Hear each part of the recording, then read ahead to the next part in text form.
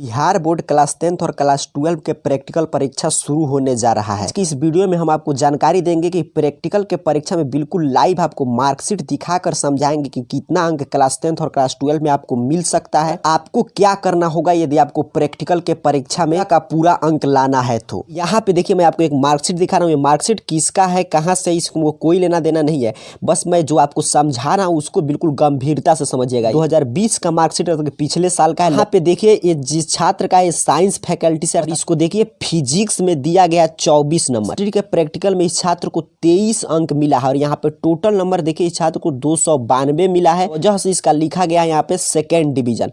अब जरा एक बात को गंभीरता से समझिएगा, अगर इस छात्र को फिजिक्स में और केमिस्ट्री में दोनों 4-4 नंबर और ज्यादा इसको मिल जाता प्रैक्टिकल में, 4 और 4 8 अंक मिलकर 292 और 8 300 अंक पूरा हो जाता। और इस छात्र को जो यहाँ पे सेकेंड डिवीजन लिखा गया है, यहाँ पे इसको फर्स्ट डिवीजन लिख कर आता और जिंदगी भर का जो इस छात्र के मार्कशीट पे एक कलंक के रूप में बैठ गया सेकेंड डिवीजन हट जाता। और ये कोई भी पूछेगा इससे मात्र इसी गलती की वजह से कि देखिए प्रैक्टिकल परीक्षा में इसको 24-23 मिला, अगर मात्र 4-4 अंक और मिला रहता सोचिए हमेशा जीवन भर के लिए यहाँ पे फर्स्ट डिवीजन मिलता। और किसी से बतलाने में कोई पूछा कौन डिवीजन आया है तो फर्स्ट डिवीजन मेरा है। यहाँ पे आपने समझा बिल्कुल गंभीरता से कि कितना बड़ा रोल है आप क्लास 10th और क्लास 12 में प्रैक्टिकल एग्जाम के नंबर का। आइए बात करते हैं कि आपको ये गलती नहीं करना है। सबसे पहले आपको दिखा दे रहे हैं प्रूफ की क्या छात्र को पूरा में पूरा अंक मिलता है कि नहीं। तो यहाँ पे देखिए 2020 का मैं फिर आपको साइंस का ही मार्कशीट दिखा रहा हूँ। Physics, chemistry, biology. फिजिक्स में 28 अंक मिला है, केमिस्ट्री में 28, बायोलॉजी में 27। 2020 का ही है, यही अंक उसको भी मिला रहता तो उस छात्र का भी फर्स्ट डिवीजन रहता। और मैं कुछ आपको उदाहरण के तौर पर दिखा रहा हूँ। देखिए एक और मैं आपको मार्कशीट दिखा रहा हूँ यहाँ पे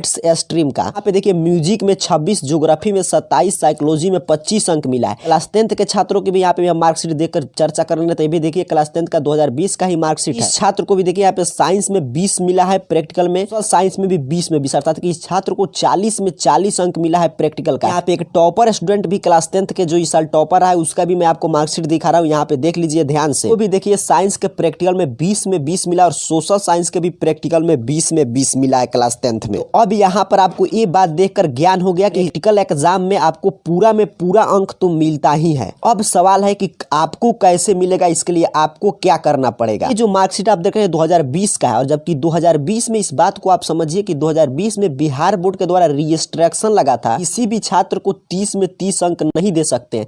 यदि आप देते हैं और बिहार बोर्ड को शक हो जाता है कि आप छात्र इस नंबर के लायक नहीं है, तो छात्र के मार्कशीट को मांग करके सवाल पूछ सकता है कि टीचर से भी, उस स्टूडेंट से भी, कि कैसे आपको प्रैक्टिकल में पूरा अंक मिला है। यदि आप इस चैनल पर शुरू से जुड़े हैं तो आपको याद होगा पीछे हम लोग चर्चा किए थे 21 बोर्ड परीक्षा के लिए बिहार बोर्ड ने पॉजिटिव कदम यही उठाया है कि इस साल बिहार बोर्ड ऑफिशियल नोटिफिकेशन जारी करके बतला दिया है कि यदि किसी टीचर को लगता है कि इस स्टूडेंट को मैं 30 में 30 अंक दूंगा और क्लास 10th का छात्र उसको मैं 20 में 20 अंक दूंगा, स्वेच्छा से दे सकते हैं। इसके लिए बिहार बोर्ड कभी भी उनसे प्रश्न नहीं पूछेगा कि आपने क्यों दिया, या उस छात्र से नहीं पूछेगा कि आपको इस विषय में प्रैक्टिकल का नॉलेज है कि नहीं। इस साल तो ये भी फायदा है कि आपको 30 में 30 अंक, और यदि आप क्लास 10th के तो देखिए पहले भी आपको मिलता था 40 में 40 और अब भी आपको मिल सकता है। अब सवाल है कि इसके लिए आपको क्या करना पड़ेगा। देखिए बिहार बोर्ड का जो ऑफिशियल गाइडलाइंस है और मूल रूप से परीक्षा होता है प्रैक्टिकल का, इसमें आपको प्रैक्टिकल का कुछ प्रश्न भी मिलता है स्कूल में, उसको भी सॉल्व करना पड़ता है। उसके बाद कुछ मौखिक प्रश्न भी उस विषय से संबंधित पूछा जाता है, उसको बतलाना पड़ता है। उसके बाद आपसे प्रैक्टिकल के कॉपी जो आप बना कर ले जाते हैं वो भी मांगा जाता है, उस कॉपी के लिए आपको 5 अंक दिया जाता है। सभी प्रक्रिया होता है।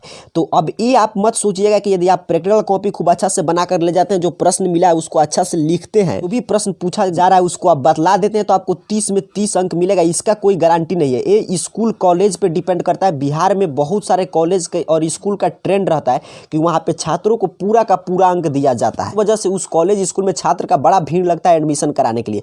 और कुछ और कॉलेज का तो ये ट्रेंड रहता है किसी भी हाल में छात्र को अच्छा अंक दे ही नहीं सकते हैं। तो अब प्रश्न है आपको क्या करना पड़ेगा। तो देखिए आप प्रैक्टिकल का एग्जाम कितना भी अच्छा से देते हैं, कितना भी आप अच्छा से कॉपी बनाकर देते हैं, हर एक प्रश्न का जवाब भी दे देते हैं, यदि आपसे जो पैसा आपके कॉलेज या स्कूल के द्वारा मांगा गया उसको आप जमा नहीं करते हैं तो आपको प्रैक्टिकल एग्जाम में इतना ही नंबर मिलेगा जैसे इस छात्र को मिलेगा। और यहाँ पे जितने भी छात्र को आप देख रहे हैं कि ये अंक मिला है 28, 27 10th के छात्र उनको 40 में 40, छात्र से आप ईमानदारी पूर्वक पूछिएगा इनके स्कूल ने इनसे प्रैक्टिकल के लिए कुछ ना कुछ रुपया का डिमांड जरूर किया होगा और ये रुपया जरूर वो जमा किए होंगे। चाहे आपको रुपया देना पड़े, आपको प्रैक्टिकल का कॉपी जमा करना पड़े, या आपको जो प्रश्न पूछा जाए उसका सही जवाब देना पड़े, किसी भी कीमत पर आपको प्रैक्टिकल में इस साल के लिए जब बिहार बोर्ड खुद छूट दे दिया है कि टीचर जितना चाहे उतना अंक दे सकते हैं।